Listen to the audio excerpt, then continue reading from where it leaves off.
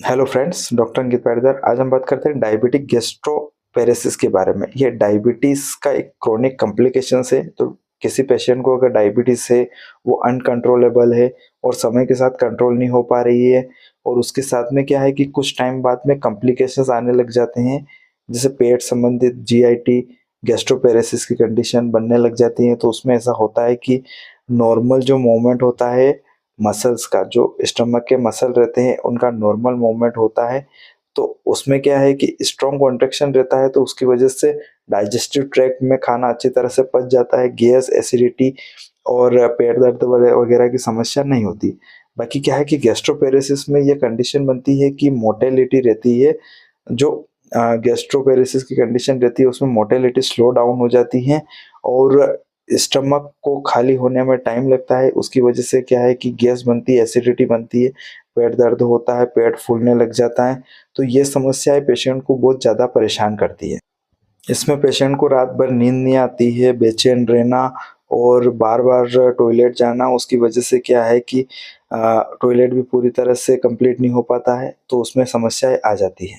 तो पेशेंट इसमें क्या है कि ना तो रात भर सो पाता है, ना सही तरीके से मतलब पेट दर्द को ठीक कर पाता है, क्योंकि टैबलेट्स वगैरह इसमें बहुत कम वर्क करती है। जैसे पेंटोप्राज़ोल हो गया, तो पेंटोप्राज़ोल टैबलेट नॉर्मल गैस की टैबलेट रहती है, तो वो भी इसमें वर्क नहीं करती है। तो डायबिटिक गैस्ट्रोपेरेसिस कंडीशन होती है, उसके कुछ काजेस है, उसके बारे में अपन बात करते हैं। तो हाई ब्लड प्रेशर रहता है, जैसे सबसे ज़्यादा हाई ब्लड शुगर लेवल रहता है, हाई ब्लड प्रेशर, तो गैस बनती है, उसकी वजह से ब्लड प्रेशर भी बढ़ता है। और अगर पेशेंट का हाई ब्लड शुगर है तो उसकी वजह से क्या है कि जो स्टमक की नसें रहती है, नर्व सेल्स और मसल्स रहते हैं, वो डैमेज होने लग जाते हैं, उनके अंदर कॉम्प्लिकेशंस होने लग जाते हैं, तो पेशेंट को ज़्यादा परेशानी होती है। और इसमें एक कंडीशन और बनती है नर्व डैमेज की। तो डायबिटिक न्यूरोपैथी नर्व डैमेज की वजह से होती हैं।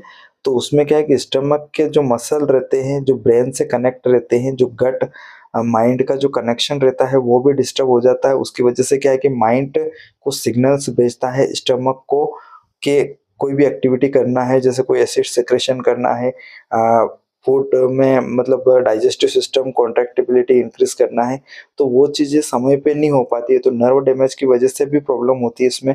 इसमें कुछ हार्मोनल चेंजेस भी होते हैं, जैसे ग्लूकागोन लाइक पेप्टाइड रहता है, तो वो भी स्लो कर देता है स्टमक एम्प्टिंग को। तो हार्मोन भी रिस्पॉन्सिबल रहता है इसमें। और एक गैस्ट्रोइंटेस्टिनल मोटाइलिटी डिसऑर्डर रहता है, तो वो भी इस चीज़ को परेशान करता है, जैसे इरिटेबल बोअल सिंड्रोम हो गया। तो ये एक साइकेट्रिक कंडीशन बन जाती है समय के साथ, क्योंकि क्या है कि